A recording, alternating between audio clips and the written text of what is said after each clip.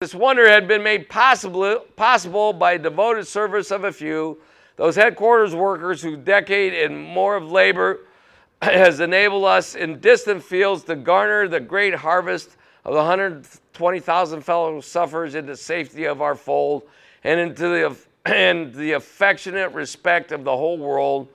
Our unseen servants of the foundation had done all this because Dr. Bob and Bill had asked them to. But now they were saying to us delegates, soon you must lend the hand. These are AA's arms of service. These are our traditions. Come help us administer them. Times have changed. We ulcers are perishable. This is your legacy of service. Please accept it now and guard it well. Wow. The family jewels, you better guard it well, right? Okay. And it says, the conference scene that Sunday afternoon we last met will always be a precious memory in the annals of AA.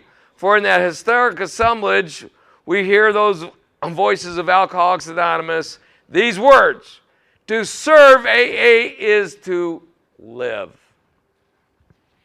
Powerful, powerful, powerful. To serve AA is to live. So if I'm not serving AA, then I guess I ain't living. Might be existing, might be not drinking, but I ain't living, and I'm certainly not in the three legacies of complete recovery, okay? And it says, obviously, these are the words, to serve AA is to live. We gladly accept our third legacy, and we may guard it well and use it wisely. God grant that the legacy of service remain ever safe in our keeping. It's a pretty big responsibility. Now, it isn't up to them. It isn't up to him or her. It's up to you and I. We got responsibility to do this, okay? In that final hour, the torch of service did pass from the hands who are older to yours, which are younger, and passed to every oncoming generation of the children of the night, whose darkness, God willing, shall be banished within the Society of Alcoholics Anonymous all through the bright years which destiny surely has in store for us. A lot of power in the stuff that we read tonight, and want to close up with two things as always, the tradition checklist, and if you have that, I'm going to go ahead and read what we have a few questions on tradition 9. And question number 1, do I still try to boss things in AA? Number 2, do I resist formal aspects of AA because I fear them as authoritative? Number 3, am I mature enough to understand and use all the elements of the AA program, even if no one makes me do so, with a sense of personal responsibility? 4, do I exercise patience and humility in any AA job I take? 5, am I aware of all those to whom I am responsible in any AA job? 6, why doesn't every AA group need a constitution or bylaws? 7, have I learned to step out of an AA job gracefully and profit thereby when the time comes? And 8, what has rotation to do with anonymity, with humility? And then next week, like I said, we really get rocketed, if you will, into the fourth dimension. A little bit of footnote. Next week's tradition is the only tradition that we got from somebody else's experience, and it's absolutely mind-boggling. And wouldn't you know that the experience and the headache, the heartache, and the failure of this other group saved Alcoholics Anonymous through tradition 10? I mean, is that odd, or is that God that he spared us disintegration up to this point in time by the death of another group that mirrored Alcoholics Anonymous? So what's so strange about that, all we have to do is not what they did or do what they didn't do, and will ensure our present, obviously, because our past enabled us to be here today, and it will ensure our future, and that's what obviously the 12 traditions are about as far as growth and effective communication, one alcoholic with another. And we would like to close up with this one again. In 1970, the 35th anniversary in Miami Beach. Shortly before Bill died, he died in January the following year, 1971, in the Declaration of Unity, and it goes as this. This we owe to AA's future, to place our common welfare first, to keep our fellowship united, for on AA unity depends our lives and the lives of those to come. If we could close up with our Father. A great hero with technology. Anyhow, hi everybody, I'm Real Alcoholic. My name's Harmon. Yeah. This is my bad, and we'll always take the responsibility for that. So anyhow, as we were stating, I want to thank Bob for coming up and recording this. Please see him for the very generous arrangements that he does. Books, I think we are none in the back to beg, borrow, and steal. Hopefully everybody's got their own book, so we are done with the books. So purpose groups, we talked about that. This concept here, unity, once again, tonight's tradition is huge on that as well. And we've been keeping a running tally on the types of unity that he talks about, and we're going to grow tonight. The ones that we've talked about up to this point in time is substantial, essential, powerful, perfect, wonderful. These two were last week, worldwide and surpassing, and we'll fill in the blanks when we get there tonight. And that's actually been absolutely fascinating in itself. And we've talked about a lot of things that we need to have, thank you, for our understanding of these, and obviously what an AA group is. Really talked a lot about this one, problems other than alcohol, and this is a small snippet of the article, but it's powerful as far as the third tradition. History of how traditions developed, and of course the cartoon form, and we refer to that quite often, and it is powerful in itself. We've also taken something that comes from a conference-approved book called AA Today, and it's called Language of the Heart, and that is the book that we're studying by no coincidence, and it goes as this. Why at this particular point in history has God chosen to communicate his healing grace to so many of us? Every aspect of this global unfoldment can be related to a single word. The word is communication. There has been life-saving communication among ourselves, with the world around us, and with God. I suppose that would fall into the big R word, the relations there. From the beginning, communication in AA has been no ordinary transmission of helpful ideas and attitudes. Because of our kinship in suffering, and because of our common means of deliverance, are effective for ourselves only when constantly carried to others.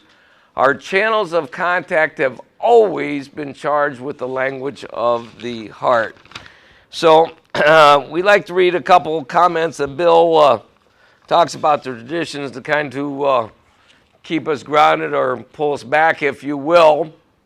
And this one we would like to talk about tonight. Bill said, quote, if we maintain our humility, then when we maintain humility, so our unity. And he reminds us, quote, we are people who would not exist at all except for the grace of God. And obviously he said this to the 12 steps and the 12 tradition. Mainly these were principles designed for ego reduction. And we talked about humility as being cut down to the right size with yourself, with your fellow man, and of course Almighty God. Bill also said that our whole program is securely founded on the principle of humility. That is to say, the perspective that we relate ourselves rightly to God and our fellows. He said first things will always need to be first, humility before success, unity before fame. Obviously, we have these words throughout the study of these, and he reminds us AA is a communion of sinners, not saints. We are brothers in defects, not in virtue. And he calls the 12 traditions a set of truths or a design for construction for survival of Alcoholics Anonymous. We'd like to read also, too, that there's one thing that the first editor of the Grapevine, the guy who wrote our preamble, says about our 12 traditions. He says, AA's 12 traditions, a pattern of practical experience. The traditions are the essence of the experience of the groups and the movement. They were written by Bill in an attempt to distill and condense into usable form the knowledge that the groups and individual members have accumulated. The traditions are a pattern of practical experience, a guide that will spare many other headaches. In other words, AA works in spite of us, not because of us. And obviously, Bill found out in unity there is strength. Without unity, we are victims. AA stays whole or we die. And the last thing I'd like to read that Bill wrote, and he said this, quote, we need a statement of principles in some form, code of traditions, a genuine need for some great unifying, overreaching set of truths that could apply to all groups all the time and serve them in growth, just like the steps do for the individual. And once again, if we're not governed by God, we will be ruled by a tyrant. So, one other thing I do want to read and remind this, Bill's quote about us, and he says, the 12 traditions, a design of construction for survival, our survival, and he said, AA is no success story in the ordinary sense of the word. It's a story of suffering transmuted under the grace of God into spiritual progress. And the 12 traditions work not because we're better people, but because we're weaker people. He always brings us to that unflattering point of departure, if you will, that it's only by the grace of God that we are here, and how easily the alcoholic ego wants to take credit for something, anything, and then everything of your recovery. So we always like to start with the short form and then go to the long form of the traditions. And this tradition 10, in preparation for tonight, is so awesome because it really encompasses so many of the other traditions that we've talked about, and it ensures the first couple traditions, and then it tells us what we do. Hi, girls. How are you? Well, no, it's all good. You're never too late here. Anybody else coming in? Oh, David, what's up? Good God, man. It's like old home day, too. Almost. How are you, brother? We're going to be on there. We're going to be on there, man.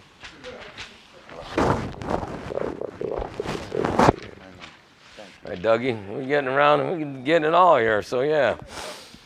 See, you don't think I know who's here, who's not here, right? Yeah, so that's perfect.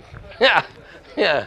What does it say? We're all here because we ain't all there, right? So anyhow, I even remember where I was at. Short form and long form. Anyhow, this tradition 10, when you see this, will blow your head off, and you will see that this tradition, oddly enough, the history of it, this is the one tradition that we didn't learn from our experience. The majority of it came from a group that was almost identical to us, and they were a flash in the pan.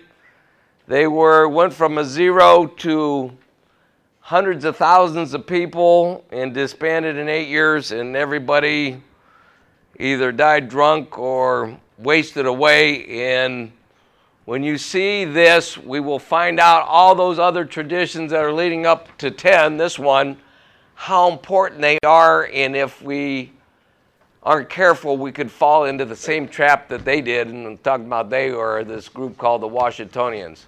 It's absolutely fascinating piece of history, if you will, at the same time scary. Anyhow, number 10, short form. Alcoholics has no opinion on outside issues. Uh-oh.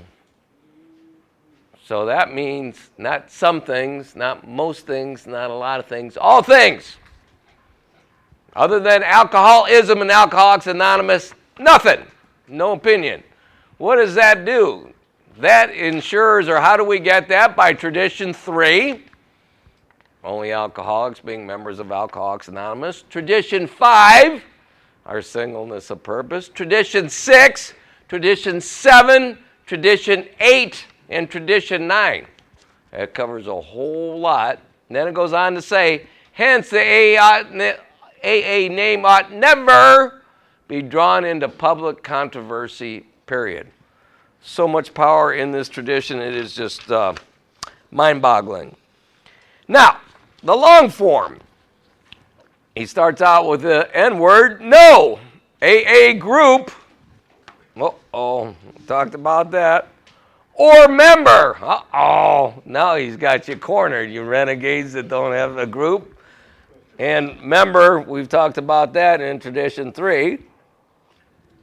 What? Should ever, in such a way to implicate AA, express any opinion on outside, now he says, controversial issue, particularly those of politics, alcohol reform, or sectarian religion. The Alcoholics Anonymous groups, plural now, okay, oppose no one. I'm going to read that again. The Alcoholics groups oppose no one. Oh, that's right. That's one of the 10-step promises. We cease fighting anyone and anything, even alcohol. I get it. That's even myself and alcoholism and God and everything. What did you just got done saying it? Absolutely fascinating that the big book is alive and well in these traditions, or the traditions are alive and well in the big book. Anyhow, he goes on to say this. Concerning such matters, they express no views whatever. So, if we follow traditions 1 through 9, we will be able to uphold tradition 10, especially tradition 3, 5, and 6. Powerful, powerful, powerful.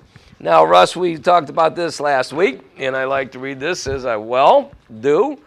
The 12 traditions are often referred to as why it works. They ensure the continuance of AA as a whole by providing guidelines for groups to evaluate their activities and actions. In a practical vein, they are individually and collectively humility builders for the group. They ask the group to consider its conduct from a broader perspective and, when necessary, give up something for the overall good of AA.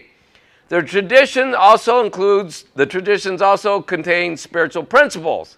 These principles, when applied in our lives, complement the steps as a guide to personal recovery. Here are spiritual principles I've read in every one of them, of the traditions that I strive to apply in my daily life. Number 10, and here's what it is. We should not back away from our individual responsibility to act as we believe on issues of our time. Yet self-righteousness should not cause us to enforce our will on others.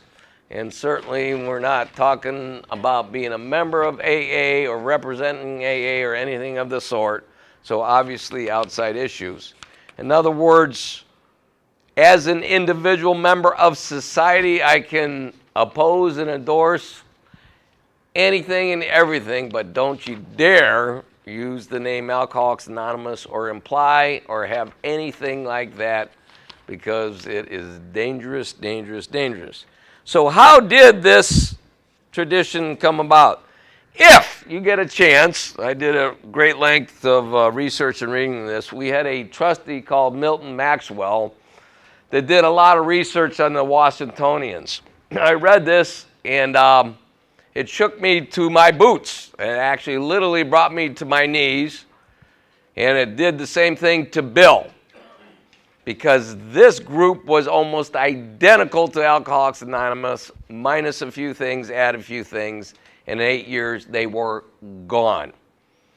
G-O-N-E, and if you want to know about the Washingtonians, go to the library. That's a passé thing.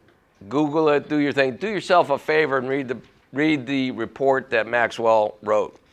And here's a brief history on it, obviously. We will start as this. AA has never been divided by a major controversial issue. Uh-oh. So 10 right from the get-go ensures 1. If we don't have 10, then I don't have 1, and if we don't have 1, we are done. That's how important this tradition is. Okay? Nor has the fellowship publicly taken any sides on any issue. Okay, now obviously AA must, big word, never, no matter what, sides on any fight, even worthwhile one, because we will be divided and we will be consumed. History is full of societies and nations that no longer exist because they did this. There was a real smart guy that a historian wrote, any civilization or country that no longer exists has one thing in common. They forgot where they came from. If we get involved in outside issues, obviously Alcoholics Anonymous won't be about Alcoholics Anonymous. It'll be about all that other stuff. We'll forget where we come from, and we will be gone too. Just another page in the history book, if you will. So, but this doesn't mean as a citizen we individually give up our rights or opinions. Just don't use the AA name when we're speaking our mind. When it comes to AA as a whole, it's a different matter, because if we enter into public controversy, our society will perish. He does not mince words. It will be gone. It will die. So it is a matter of life and death, or that V word, vital. Okay. Plus, we conceive the survival and the spread of AA of greater importance than any other cause anyhow. So why would you even want to do that in here? Okay? Anyhow, because recovery from alcoholism is life for itself. A little bit of story about the Washingtonians. I will get into this. They started in 1840 in Baltimore. By 1845, they had over 100,000 people. By 1848, they were gone, done. You say, how can that happen? It is real simple how it happened. And when you see it, and that's why we have all the other traditions before it. So, here is, oddly enough, I'm going to go ahead and read this. And this comes from a letter that Bill wrote in 1966, a long time after he wrote these. And this goes, it's so powerful. It says this. As the book Alcoholics Anonymous puts it, resentment is the number one offender. It is the primary cause of relapse into drinking. How well we A's know that for us to drink is eventually to go dire mad. Much the same penalty overhangs every AA group. Uh-oh. It says, given enough anger, both unity and purpose are lost. Given still more righteousness, indignation, the group can disintegrate. It can actually die. This is why we avoid controversy. This is why we prescribe no punishments for any misbehavior, no matter how grievous it is. Indeed, no alcoholic can be deprived of his membership for any reason whatever. Punishment never heals, only love can heal. So you can see this tradition 10 really covers all the traditions before it. So, the story of the Washingtonians, and I'm going to go ahead and give you the light version. You know, the Washingtonian light, like no, they have Miller Lite, whatever it is. So, but it's important. Listen to this, and you'll see how important this tradition is. April 5th, 1940, a group of 6 drinking friends, even have their names, William Mitchell, John Haas, that's H-O-S-S, David Anderson, George Steers, James McCurley, and Archibald Campbell from Chase's Tavern in Baltimore, Maryland, formed the Total Abstinence Society. They were sick and tired of being sick and tired. Pledging and, quote, not drink any spirituous or malt liquors, wine, or cider. They called themselves the Washingtonian Temperance Society in honor of George Washington. They later became known as the Washingtonians. By the way, Abe Lincoln did a talk for the Washingtonians out in Illinois before he became president, so they were really quite known. Please remember, there was no telephone, there was no TV, there was no internet, there was no www or whatever. What I'm saying is, if Alcoholics Anonymous would have the same success percent-wise or ratio-wise, we would have over between 8 and 10 million people. We've only got 2 million in now, so if we think we're so hotsy-totsy and all that from 1935 to 2017, I got news for you, not even a flash in the pan percentage-wise. But goes on, there's a lesson to learn with it. Anyhow, and it says, they required a pledge of total abstinence and attendance of weekly meetings where members would tell their stories of drunkenness and recovery. Sounds a little familiar, right? Okay. And then it goes on, as a body, they recognized no religion or creed and were politically neutral. Okay. Each member was supposed to help alcoholics who were still drinking. Boy, oh boy, okay. They sought out new prospects, quote, hard cases. Their weekly meetings were held at Chase's Tavern until the owner's wife objected to the increasing loss of their best customers. Uh-oh, they didn't like that. They had a 25 cent initiation fee, which would be $5.50, and members' dues of 12.5 cents per month, about $2.75 a day. Here's where they differed, and here's what ended up killing them. You had to pay to play. You had to pay to be a member. You had to pay for each meeting that you came in, but here's where it killed them. You couldn't come back to another meeting unless you brought somebody with you. The alcoholics were so desperate, they were running out of people who wanted to get sober, so they started bringing their girlfriend that was eating too much food. Started bringing their cousin that liked to throw the dice. Then they brought the mother-in-law was against or was for the woman's voting rights. Then they brought in another cousin who thought alcohol ought to be reformed. And before you know it, there was more non-alcoholics in there than alcoholics. And guess what? The majority rules, and that's what happened in 8 short years. They killed themselves because the non-alcoholics outnumbered the alcoholics. They lost their primary purpose. They lost what they were doing. They got involved with all the issues. And by the way, if you have issues, it is you, by the way, if anybody hasn't told you. They got all involved with the issues of that time, and they ended up, it's like a flesh-eating disease, and they ate themselves up, and there was absolutely nothing left. Or, I'll go ahead and do it this way, and it's not a pretty picture, but there's a type of diabetes. If it isn't controlled, you start chopping away. You lose your toes, you lose your feet, you lose the bottom of your leg, you lose your hip, and then before you know it, they cut it all away, and there's nothing left, and you die. And that's exactly what happened to the Washingtonians. Fascinating as it goes on, and I will just give some highlights. Anyhow, in 1950, past General Services Board Milton Maxwell published an extended paper on the Washingtonians. I talked about that. Okay, Reader's Digest question is, what happened to them? Talking about the Washingtonians. The Washingtonians, Dr. Maxwell points out, had certain notable features later incorporated into, I'll let you figure out who did this. Number 1, alcoholics helping each other. 2, weekly meetings. 3, shared experience. 4, a fellowship or a group of members constantly available. 5, a reliance upon a higher power. 6, total abstinence from alcohol.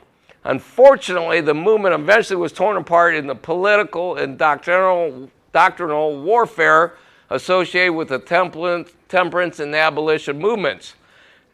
Fast forward, 1843, mid-end, the Washingtonian movement peaked out, reaching all major areas of the U.S. The sole requirement for membership was a sign of total abstinence. Well, that's easy to do whether you're alcoholic or not, right? You sign this form for total abstinence. The gambler said, I'm in. The guy who was doing the abolition movement, I'm in. Everybody was signing it. Everybody can sign it. A total abstinence thing, and you're in. And like I said, that was the downfall. It goes on to say this. Members included teetotalers, temperance advocates, and a large segment of adolescents under the age of 15, and drinkers of various types whose numbers far exceeded that of the drunkards. Over the lifetime of the movement, hundreds of thousands signed pledges, but the number of rehabilitated alcoholics was likely under 150,000. So obviously, estimates of membership range from 1 million to 6 million, but unfortunately, only 10% of them were real alcoholics. It don't sound too good to me. Anyhow, 1847, 4 years later, estimate of when the Washingtonians spent its force, the society originally favored moral suasion to achieve reformation of the alcoholic through abstinence. However, the Washingtonian membership makeup changed rapidly and radically to consist mainly of non-alcoholic temperance advocates. Sentiments shifted away from reformation of the alcoholics into the pursuit of legal means to prohibit alcohol. Washingtonian practices became viewed as outmoded and interest waned. There was no sudden collapse. When the novelty and the emotional appeal of the Washingtonians had become outmoded, they simply faded from the scene. Conference-approved literature, AA Comes of Age, page 125, cites issues such as religion, politics, abolition of slavery are the root causes of Washington's. However, the major and pervasive causes of the Washingtonians' downfall appear to be the direct result of their departing from their original membership makeup, which started out as all alcoholics, and they're departing from the original primary and single purpose, obviously, which was one alcoholic helping another that was still suffering. It's a powerful lesson to the vital importance of AA 12 traditions in the ongoing survival of our fellowship.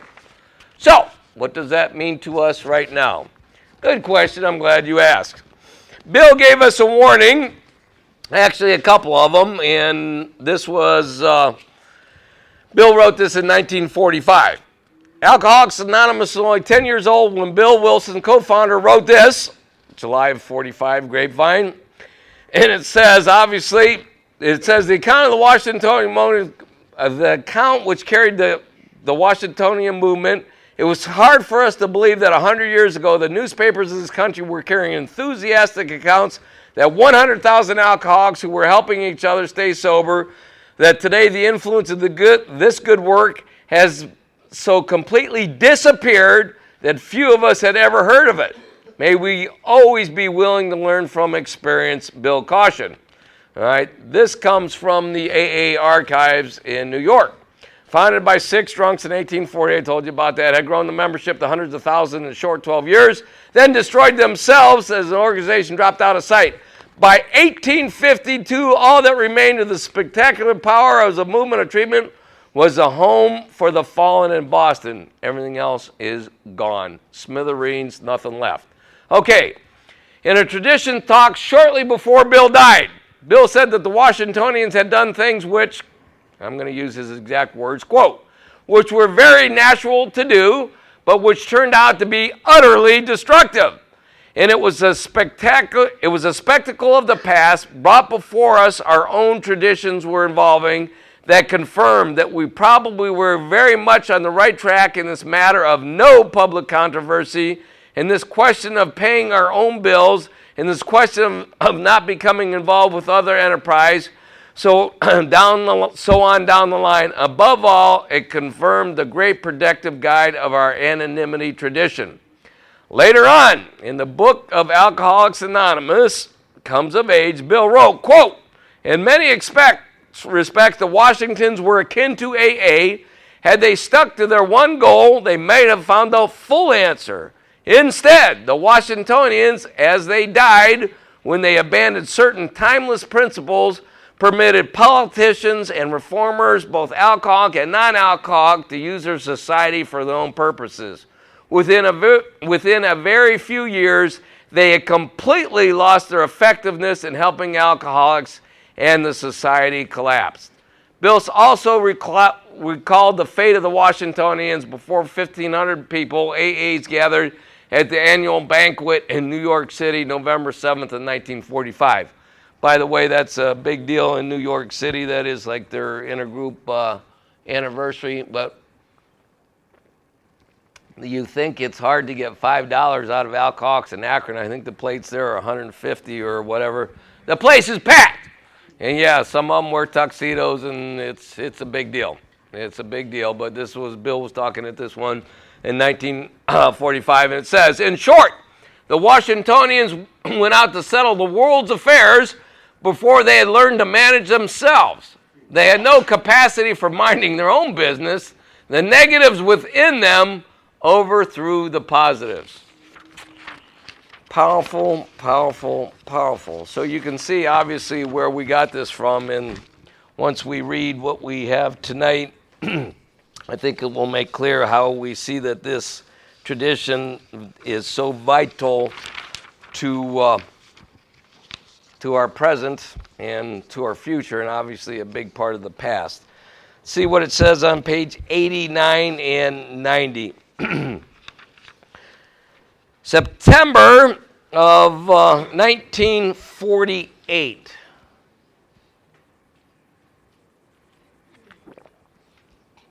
Tradition 10. To most of us, Alcoholics Anonymous,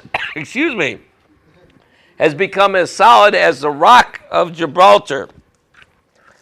And if you don't know what that is, go home and Google it. I don't have time to explain that. That is our history, and it is a very well-known rock. We'll leave it at that. It says, we'd like to believe that it will soon be as well-known and just as enduring as that historic landmark. We enjoy this pleasant conviction because nothing yet has occurred to disturb it. YET, you're eligible too. Reason that, we must hang together or die.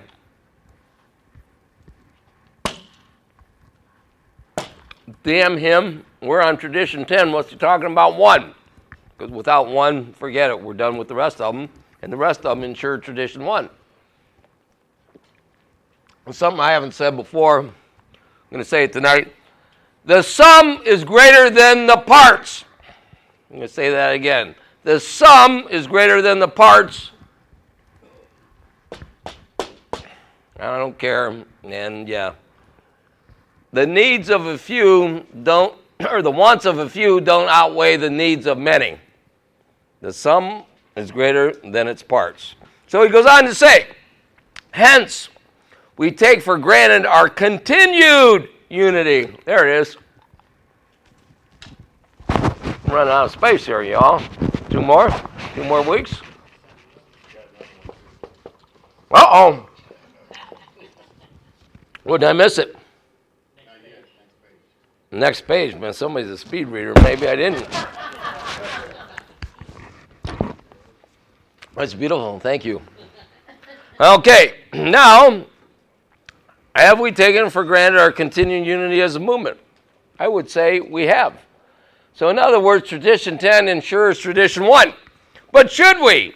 Though God has bestowed upon us great favors, and though we are bound by stronger ties of love and necessity than most societies, it is prudent to suppose that automatically these great gifts and attributes should be ours forever. Boy, that's pretty arrogant, isn't it, huh? I love it. Now, go on. He qualifies that. If we are worthy. Worthy to who? Worthy to God. So, now step out of the box a little bit. We hear, but for the grace of God. Free, undeserved, unmerited gift. Established, but for the graces of God, there go I. Without blasphemy or whatever, there's all kinds of different graces. There's earned grace, y'all. And there's the free grace. So I'm drowning and I can barely breathe air. That's how much grace. I'm just drowning in grace. But there's earned grace as well as the free kind of grace. And he just got done saying it. Are we worthy of it? Because if not, maybe you're going to give something else other than to Alcoholics Anonymous. God gives and he takes, right? Thank you, God, for what you give me. Thank you for what you taken away. Thank you for what you left. What do you say, Juanita? He ain't going to stay where he ain't wanted? Yeah. Disrespect him a lot, and he's going to move on. He'll find somebody else who'll appreciate what he's done. Anyhow, if we're worthy, God has bestowed great favors, okay? This alleged unity taken for granted, I'll step out of it again too. It's like our freedom. You don't know what you got till it's taken from you, and you ain't never going to get it back. And this alleged unity that we got, once it's gone, it's gone. And it's like our freedom. You don't know what you got till it's gone, and then guess what? It's too late then. So we better heed what he's saying here and heed that the Washingtonians, that they died literally and figuratively for us. They were the blueprint, if you will, of what to do and what not to do. So it goes on, if we are worthy, we shall probably continue to enjoy them.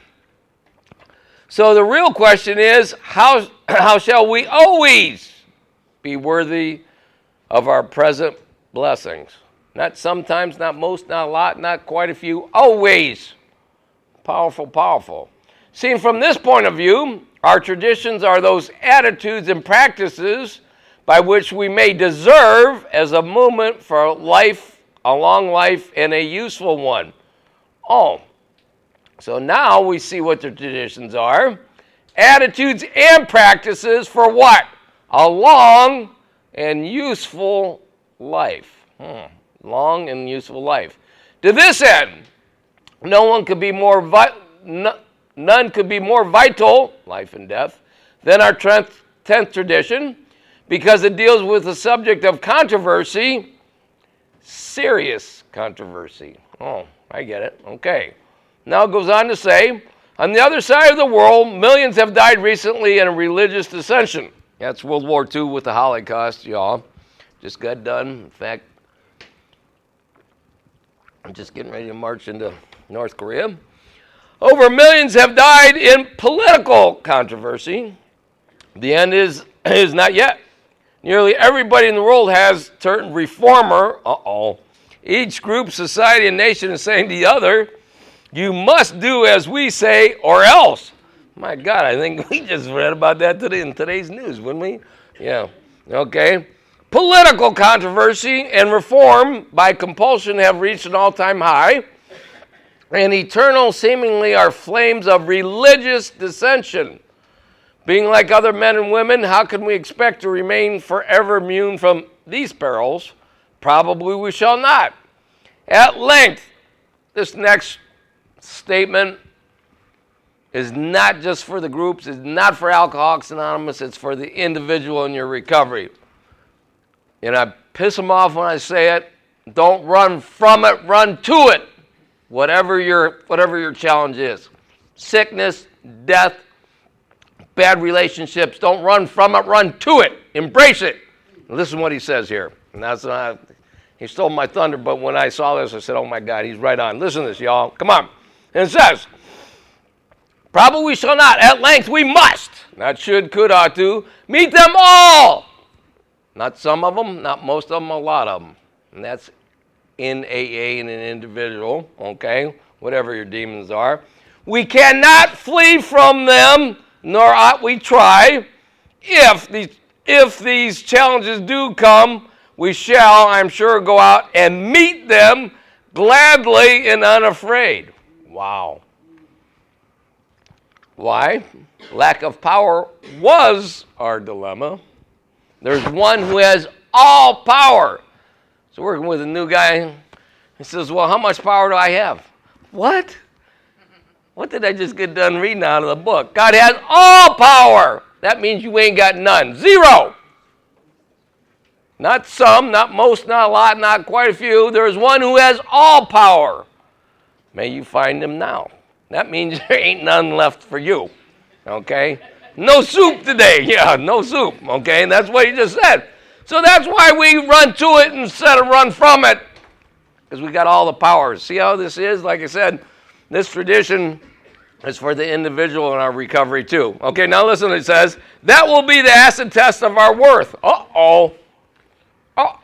So now he just got done saying, remember, are we going to be worthy? He just got done telling us how we are going to be worthy. Okay.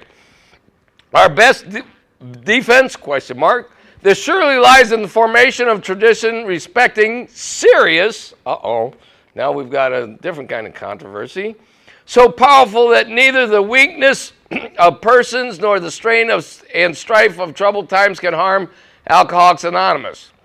Once again, listen to this. We know that AA must, not should, could, ought to, continue to live, or else many of us and our many fellow alcoholics through the world will surely resume the hopeless journey to oblivion.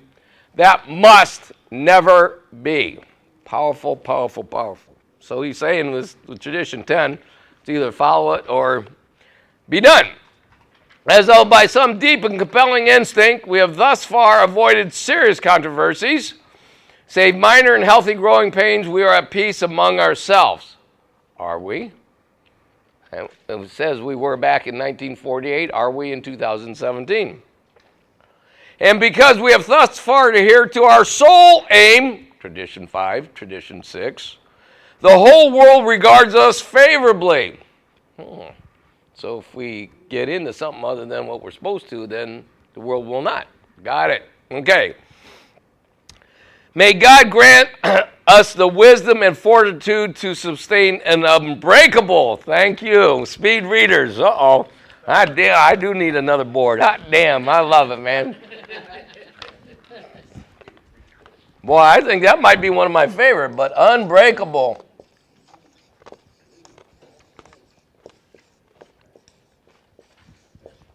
That is beautiful. Oh, I get it. Unbreakable unity through Tradition 10, which is following all the other traditions before it. I'm starting to see the method of the madness. Beautiful. Page 93. And you all like this page because he just has just a few sentences. It's down towards the bottom. Tradition 10. It's down the bottom of 93. Tradition 10 is an emphatic restraint of serious, there he is, controversy. It implores. Oh, that's right. We beg of you to be fearless and thorough. That's what implore is, y'all. He uses different words to mean the same thing. Implores each of us to take care against committing AA to the fires. That means we're going to get burned up of reform, political, or religious dissension. Beautiful, beautiful, beautiful. Okay. See what he says on 23.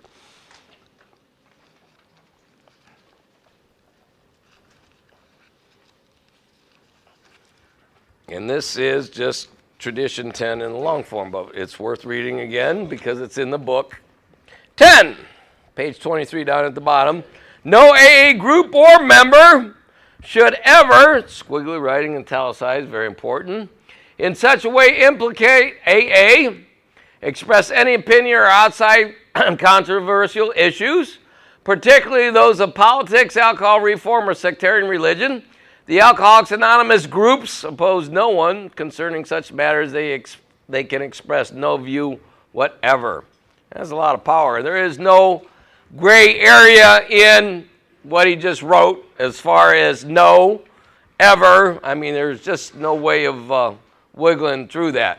And by the way, there is no spokesman or woman for AA, thank God. Can you imagine that? Could you imagine that? Oh, my. Just like Tradition 2, where we have no authorities and we don't have a president or vice president. And anyhow, who would want to be president of AA? You could put on your business resume, I am the head sickie, I'm president of AA. That wouldn't get you too far. It might get you a nice bed at a treatment center, but that would be about as far as it would go. Might get you 90 days out at IBH, right? Okay. Or they don't even take you for 90, isn't it? 60 and you're done and out anymore. Okay, let's see what it says on page 318, 19. Now, what he's done with him, if you will, what he has done with them, he is getting ready to till the soil. In fact, he's already tilled it for our next tradition about anonymity at the level of press, radio, and films. And of course, we know cyberspace, and we'll go ahead and talk about that right now. Members should be anonymous, but Alcoholics Anonymous, the fellowship, and the program should not. There's a big difference. Members should be, but the fellowship and the program should not be anonymous. And when he's writing this article, it's kind of hard because he goes through a paragraph or two on Tradition 10, and then the next ones are 11. So when you see me skipping around, well, that's the reason why. Anyhow, in 318, when he talks about another example, Tradition 10, bottom of 318, the last two paragraphs of that page. Another example, Tradition 10 is an emphatic warning against public controversy. This was perhaps the first tradition ever to take shape. A little bit of history, y'all. It says it's the first one to take shape. Well, yeah, that's what the book says, and then obviously we know why it took shape is because this thing was 100 years old by the time Bill got a hold of it. So it goes on to say this. Of course, we did reserve that sometimes enjoyable right of quarreling among ourselves about lesser matters. That don't happen in AA. I've never heard that, okay? Yeah, okay. But when it came to the awful issues that rocked society about us, such as politics, religion, reform, and the like, well, the early A's knew that these terrible conflicts were surely not for them. Now, there's a lot of fake news in the world, a lot of fake news in AA too. Don't kid yourself. We're trying to... Yeah, fake news is bullshit. But anyhow, we're going to go like this. This is some real news. I had some reliable sources this last political election in that social media site, that Facebook. I heard that there were AAs that were unfriending other AAs. And I heard, and this is what I cried when I heard this, that people were saying, I wouldn't help you because you like so-and-so or you would vote so-and-so. What did you just tell me?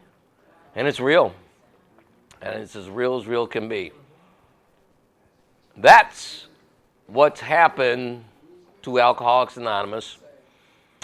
I will give you the dichotomy of life or the flip side of that coin. A dear friend of mine, who I buried a while, an old-timer, was over in Belfast, Ireland. That's when you had the Catholics and the Protestants, and they were going at it. When Lorraine and I went there this past year, we stayed at this hotel. It was so cool. It was called, I don't even remember the name of it, Europia. Google that. It was the most bombed hotel in Northern Ireland. Dude, they would blow the side of this thing off. The point I'm trying to make, in the heat of the battle of that, and that was for years. It's still going on now. I mean, you go down certain streets, you can see the barbed wire, and they got murals of Bobby Sand, and it's still alive. You got to remember the ceasefire has been nothing compared to 1865 when we had the Civil War in the States. So it's still there. But the point I'm trying to make, during the day they were blowing each other up. In Belfast at night, the Protestants and Catholics were sitting at an AA table, holding hands, saying the Our Father.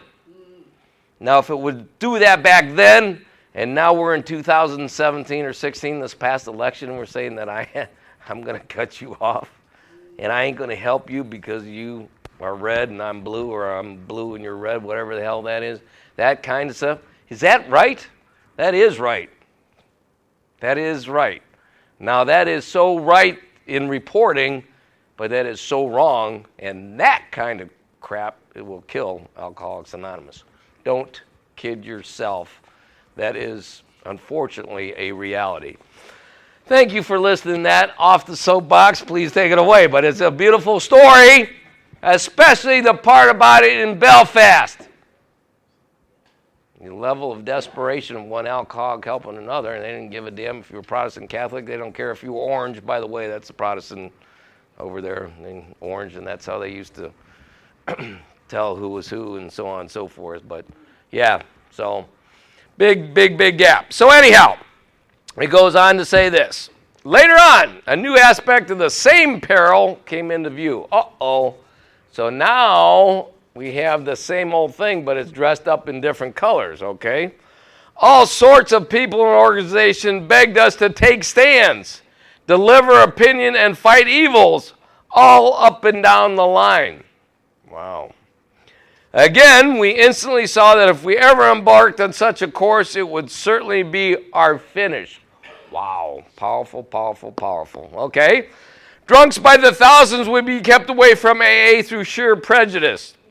That same old peril would again menace us. This time it would crash in from the outside. This was what we A's knew for sure. We had, not should, could, ought to.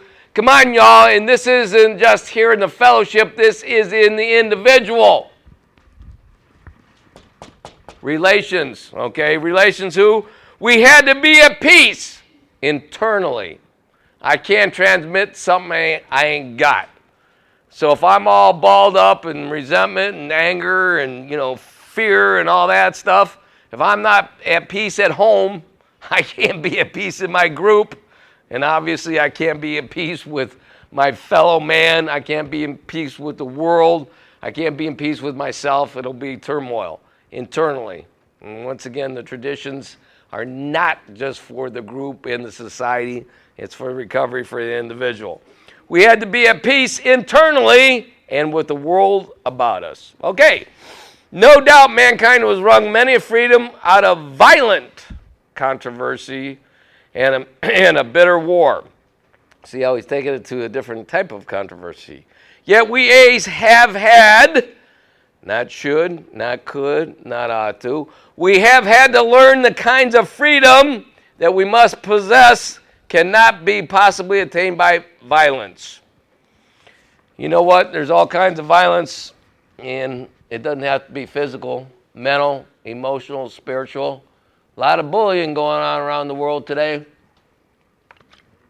In and out of Alcoholics Anonymous, and it doesn't have to be a physical kind either. In fact, sometimes the physical bully would be better than the mental, emotional, spiritual stuff that's going on. Yes. And it goes on to say this. And it says, as a fellowship, we cannot fight anybody, anywhere, or at any time. This has been proved. When we had directly attacked by John Barleycorn, we had lost. Booze fighting had never worked. When we quarrel too much with each other, we get drunk. And that's subjective too. I can get drunk on so many things other than alcohol. I can get drunk on anger, self-righteousness, self-pity, power, sex, length of sobriety. We can get drunk on all kinds of stuff. Food, sex, donuts, whatever your deal is. You can get intoxicated on all kinds of stuff. God, you can get intoxicated on all kinds of stuff. So when he talks about getting drunk, we're more than, we're talking about alcohol drunk, but we're talking about untreated alcoholism or sobriety as well. Okay, then it says, we get drunk. Hence, genuine peace, not just the lip service, will always, not sometimes, not a lot, not quite a few, be the chief ingredients of AA's freedom. Ooh. So if I don't have genuine peace, I'm not free, I'm in jail. And by the way, when you hold something or somebody in jail, guess what? You're there too, because the jailer's there 24/7 and can't sleep, because whatever you're holding in jail, you got to feed it, you got to water it, you got to clean up after it and whatever. And that's a lot of work to do that. And by the way, when it's time to kill that thing with your shovel, I know we're talking about this will be inventory stuff, bring 2 shovels, because you're going to dig 2 graves. whatever you think you're killing, and most importantly, a nicer, newer one for yourself, because that's what you're doing, is you're killing yourself. So it goes on to say, but let none of us suppose we shrink away from any major conflict only because we are afraid. Nowadays we can keep the peace because we love each other. Yeah, isn't that beautiful? All right, how about if we roll over to 320? No, you know what? I think we're done with that one, 318:19. This is a quick night, but it's a powerful one. No endorsements on page 213 and 214. 213 and 214.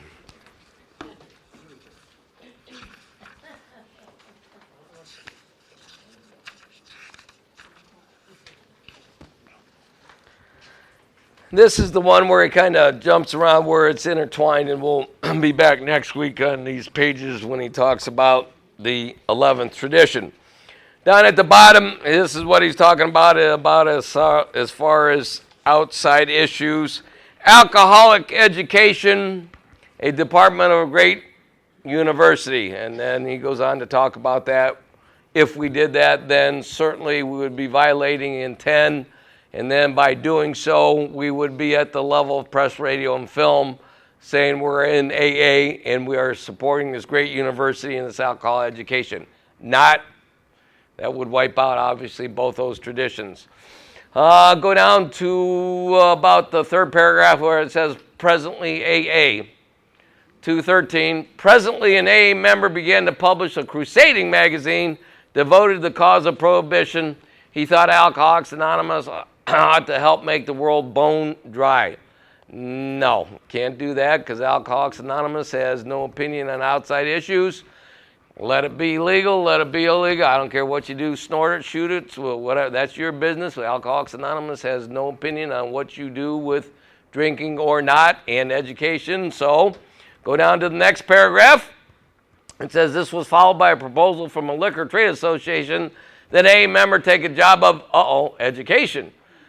Drink responsibility, or responsibly. What the hell is that anyhow? It says, people were told that too much alcohol was bad for anyone and that certain people, the alcoholics, shouldn't drink at all. What could be the matter with this? Well, we know that because the next one explains he would have to break his anonymity at the level of press, radio, and film to do that. So you can see that 10 is getting ready for 11. Go down to the next paragraph, and it says, obviously, this, of course, would be bound to create definite public impression that AA favored education, liquor trade style. So, yeah, you can get drunk, just not too drunk. Last two paragraphs in that, and it says, in the power of any AA to marry Alcoholics Anonymous to practically any enterprise or controversy at all, good or bad, the more valuable the AA name became, the greater the temptation would be. Then roll over to page 214. It says, further proof of this was not long in showing up. Another member started to put his into the advertising business. He had been commissioned by a life insurance company to deliver a series of 12 lectures on Alcoholics Anonymous over a national radio hookup. This, of course, advertised life insurance at Alcoholics Anonymous, and naturally our friend himself, all in one good-looking package. So no, that wouldn't work either. At AA headquarters, we read the proposed lectures. They were about 50% AA and 50% of our friends' religious convictions. This could create a false public view of us. Religious prejudice against AA would be aroused, so we objected. So you can see with good common sense and with what the history of the Washingtonians, how this life-giving tradition 10 is, and it is vital, a matter of life and death. Cheryl, I saw you handing these out, and we are going to go ahead and read these tradition checklist, if you will, on number 10. Some of them are kind of corny, but they make the point when they do it anyhow. You all have these, I hope, or some. Maybe you can share and look at them. Tradition 10. Alcoholics Anonymous has no opinion on outside issues. Hence, the AA name ought never be drawn into public controversy. Number 1, do I ever give the impression that there really is an AA opinion? on antabuse. Probably a lot of you guys don't know what antabuse is. It's a drug that's given, and if you drink on it, most people will have a violent, deathly reaction. You'll puke, get sick, and whatever. That happens to most people. I've heard other people that have had antabuse and drink on it and didn't. It would be common. They've got this, and this is not an outside issue, but it's the whole thing that they've got a shot now that blocks the effects of opiates. Thank you. And that is an expensive shot, by the way, and somebody's making a ton of money, and I forget it's $1,000, or I forget how much it is a shot, and yada, yada clinic. But obviously, hey, that's an outside issue, and so is antabuse. But if you didn't know what antabuse is, I was filling you. There's no new sins under the sun, so they just rename things anyhow. Tranquilizers. This is the question, AA opinion on that. Doctors, psychiatrists, churches, hospital, jails, alcohol, the federal or state government legalizing marijuana, vitamins, Al-Anon, and Alateen. Oh, I think we got that all covered on here about no, none, never, yada, yada, and yada, yada. There is no gray area on never. There's no gray area on none. And there's no gray area on no. I think it's pretty cut and dry. Number 2, can I honestly share my own personal experience concerning any of these without giving the impression that I'm stating the AA opinion? Number 3, what in AA history gave rise to our 10th tradition? 4, have I had a similar experience in my own AA life? 5, what would AA be without this tradition? Where would I be? Ooh, don't want to answer that one. Do I breach this or any of the supporting traditions in subtle, perhaps unconscious ways? So if I've got a group and we have members in that aren't alcoholics, and I know that, and we're going against our conference, what it is and whatever, I suppose I would be guilty, Your Honor. And there's a whole lot of things that go along with that. And second tradition, if we don't have an informed group conscience, can a loving God express himself? Like I said, a group conscience can be a lynch mob. Seen it happen. They had an informed group conscience, and you find them swinging from the trees. We laugh about it, but it ain't funny. That happens in Alcoholics Anonymous. In other words, if you're at the glue factory, it ain't the best thing to be the healthiest horse there, because you're going down with the sickies too. So that's what we're saying about an informed group conscience. Okay, now, and it goes on to this. Obviously, 7, how can I manifest the spirit of this tradition in my personal life outside AA and inside AA? Isn't that a beautiful way to send us off? Because there's more to it than that. We've got what's called the life thing. I want to close up with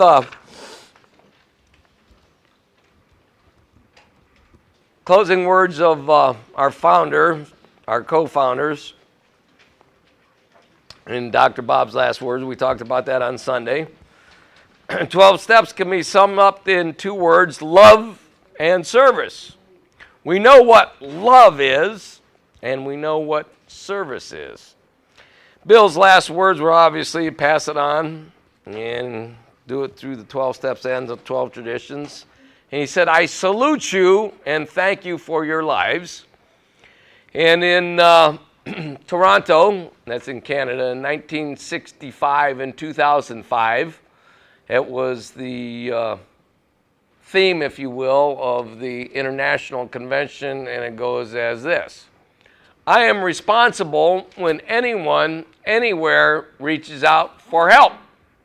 I want the hand of AA always to be there, and for that, I am responsible.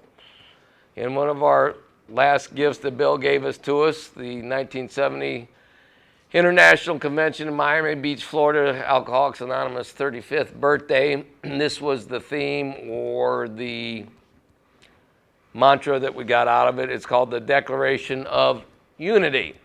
This we owe to AA's future. Well, that's really powerful on tradition 10. To place our common welfare first, tradition 1. To keep our fellowship united, tradition 1 through 10. And don't forget, 11 and 12 will be in there next week. For on AA unity, woo, look at all the different kinds, y'all, okay? Depends, our lives and the lives of those to come. So, you can see that our job is not to change Alcoholics Anonymous to our likings, what I think, what I want, what I feel. My job is not to improve it or take it away. It is to be a steward of Alcoholics Anonymous. In other words, with tradition 10, inside of AA, I have no opinion. A steward on a cruise ship. His or her job, you know what that is? It's to make that cabin exactly as it was for the people that were on it before. They don't add anything to it. They don't take anything away from it. They make it exactly as the people were there before. So it's the same when we go on, and guess what? They prepare it to exactly the same. They don't add to, they don't subtract from for the next people coming in. That's what we are, stewards of Alcoholics Anonymous. It's already been laid out. It's already been determined. All we have to do is follow it. How do we follow it? Through substantial unity, essential, powerful, perfect, oh my God, wonderful, worldwide, surpassing, continued, and now it's unbreakable. Now, you can see what Bill has laid out for us in the last two traditions, especially the last tradition. I suppose I always say that, just like the steps is my favorite one, but 12 is loaded. It is so powerful. But the anonymity that we're talking about, so many people lose it. In fact, I cried on this one too. It was Founders Day weekend. I forget what year it was. This guy or gal or whatever, in fact, there was a couple things, I don't know if anybody reads the editorials or not, saying that anonymity was an outdated concept.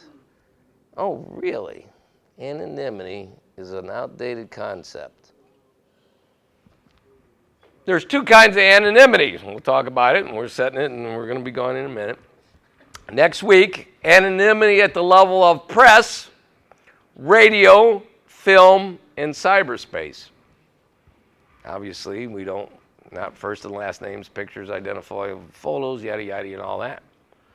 But the real power of anonymity is the spiritual anonymity in 12 through these two, which will give us that. And what that spiritual anonymity is, Alcoholics Anonymous,